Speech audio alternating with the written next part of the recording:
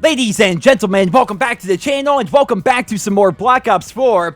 Today we received a pretty strange update which added some teasers for the upcoming Blackout expansion, and we also received some very interesting tweets and comments from David Vonderhaar about the overall lack of content updates that we find here in this game, and of course we'll be covering all of this here in today's video. So first things first, let's go ahead and take a look at the Blackout editions that we're aware of as of right now, though keep in mind more may be popping up over the course of the coming days. After today's update, we can now find what appears to be a bunker door starting to surface over in the Turbine Desert area. This makes a lot of sense given the fact that there's a lot of wind and sand in this area, so something like this could actually just randomly appear, and perhaps this is going to take us to a new underground location when the next operation goes live, which is not too far from now. If I had to guess, and keep in mind this is just pure speculation, but if I had to guess, maybe this bunker is going to take us to the underground town of Buried, or maybe the underground area in the Transit Zombies map. That just makes the most sense given the location here, and I would love to hear what you guys think down there in the comment section below. But moving along here, not too far away from that door, we find this red sign, and we also have these survey markers that are being placed around in the area itself. Now, obviously, these are pretty small additions, and they don't really add up to a whole lot as of right now, but I think the intention, and I could be wrong about this, but I think the intention is that more and more of these teasers are going to start popping up as we get closer and closer to the end of Operation Absolute Zero and the beginning of the next operation. Ever since the beta, fans have been saying that the desert area below Turbine would be the perfect location to add content to because it's basically just a boring desert full of rocks and sand, and what better thing to add than an entire underground area, whether it's Buried or the transit location or what have you. Maybe it's something different, we really have no idea, but regardless, it appears that in a couple of weeks' time, we are finally going to have a new location on the Blackout map, which is pretty much good news for everybody. Now, moving away from Blackout here, let's go ahead and start talking about the tweets and comments that were made by David Vonderhaar earlier today, because I think this is a really interesting look into the life of a developer and what goes on behind the scenes. He also talks a bit about the lack of content updates here in Black Ops 4, and I think you guys probably want to hear about that. So, last night, David Vonderhaar had a hard time sleeping, apparently, because he started tweeting at about 2:30 a.m. his time, and he says, "Do you ever feel like the harder you try to do the right thing, the worse you do? That feels awful." He then went on to have a bunch of discussions with a bunch of fans on his Twitter about all sorts of things. He talked about how difficult it is to balance things based on what players want, because different players want different things. He discussed how the Twitter and Reddit communities don't necessarily make up the entire community, and they have to keep that in mind when making big decisions. And he also made some comments about the lack of content updates that we find here in Black Ops 4. Now, according to Vonderhaar, the season schedule for Black Ops 4 is more aggressive than just 4 DLC drops like they've done in previous years, but as I discussed in my recent videos, that really doesn't appear to be true, right? I mean, I think I still have the images on my PC somewhere. Not only has Black Ops 4 released less content in the same amount of time as Black Ops 3, but it's also released less content by this point in its life cycle than any of the previous Black Ops games, right? Even Call of Duty World War II, by this point in its life cycle, had more content released than Black Ops 4, so what Vonderhaar is saying there really doesn't appear to be true.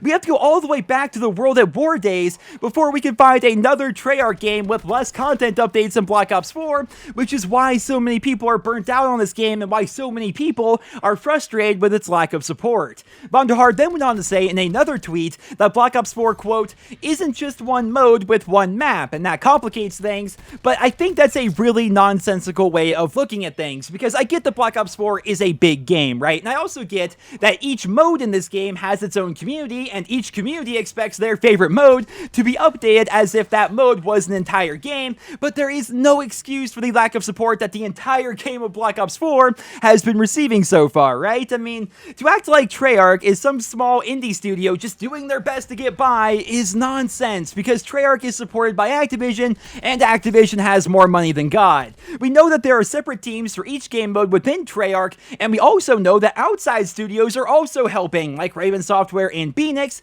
so there's really no excuse why there have been so few content updates here of this game. game. To act like the studio just doesn't have the time or the manpower or the money to put out more updates makes no sense whatsoever, especially when you factor in how little content that we had in the game when it first came out. I could maybe understand if they were struggling with updates because they put so much time and effort into launch day content, but if you look at it, Black Ops 4 launched with less overall content than pretty much any other Black Ops game. We're talking less guns, we're talking less original maps. I mean, Treyarch even tried to inflate the overall map count by adding 4 remakes into the launch day rotation, but this means that we only had 10 original maps in the game at launch, which is the second lowest in franchise history, behind, you guessed it, Call of Duty World War II, which came out the year before this one. What makes this even worse is a lot of the content that could have been in Black Ops 4 at launch was delayed until post-launch so they could give off the illusion that Black Ops 4 is receiving a ton of updates. A great example of this would be Nuketown. Like, why in the world would you delay Nuketown? We all knew it was going to be coming. It's the most iconic map in the Black Ops universe.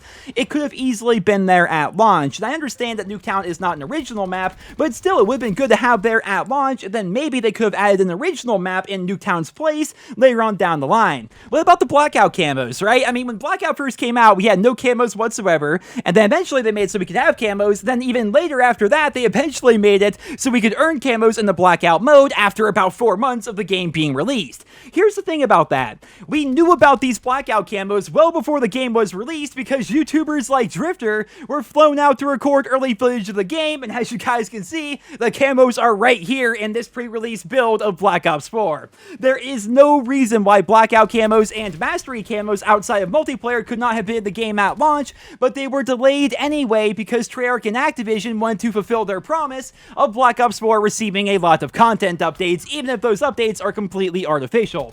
We actually saw something similar to this last year with Call of Duty World War II. Who remembers when the World War II beta first came out, how we found all the DLC 1 multiplayer maps within the beta game files? This means that we could have had those maps in the game on day 1 at launch, but instead they were cut from the base game, and Call of Duty World War II released with 9 standard multiplayer maps, which is the fewest in franchise history, and those other maps were repackaged as DLC 1. We're seeing the same thing pretty much happening here with Black Ops 4. What they're doing now, at least as of recently, is they are shipping a game with maybe 70% of the game's overall content and then spoon-feeding us the other 30% over the course of the game's 1-year life cycle until the next Call of Duty game comes out, and then the cycle pretty much starts all over again. I honestly and truly believe that the reason why this is happening is because of the 3-year development cycle. With Call of Duty never taking a year off, developers are basically always at work developing their new game. How can Treyarch properly support Black Ops 4 post-launch while a lot of their staff is taking some much-needed time off after developing the game for 3 years, while also simultaneously beginning work on Call of Duty 2021? The answer is they create a lot of post-launch content before the game actually comes out, and if they need to, they cut core content from the base game to fill out that post-launch DLC cycle while also working on their next title.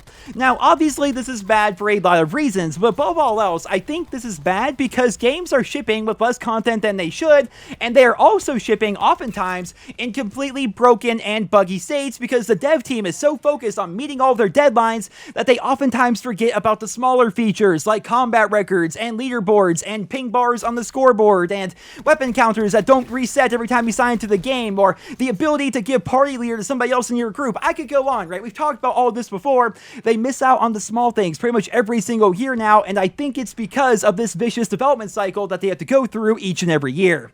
I've said it time and time again, but I think that the best thing for the Call of Duty franchise, at least as of right now, would be for them to do away with the annual release cycle. Let the dev team make the games that they want to make. Let them take their time with their games. Let them support their games post-launch, and let fans get invested into the games that they're actually buying. Now, of course, this will likely never happen because Call of Duty is still really popular. It's still the #1 or #2 best-selling game in the world every single year, but that's what I honestly think would be the best thing for the Call of Duty franchise going forward. Now, I would love to hear what you guys think about that down there in the comment section below. We all love the Call of Duty franchise. Let's not kid ourselves here. You would not be this far into the video if you did not love the Call of Duty franchise, or if you haven't played the Call of Duty franchise for many, many years now. But my freaking goodness, man, it's getting hard to love something that is being handled so poorly. I can't wait for more Black Ops 4 content. I still really enjoy this game, although I'm not playing it nearly as much as I was before. In fact, I barely even played it this week because there's no reason to play it as of right now. I can't wait for the new operation. I can't wait for the new maps, the new weapons, the new everything, but I really do hope that throughout the rest of 2019, 2019, Treyarch adopts that tiger blood mentality that Sledgehammer had last year with Call of Duty World War II.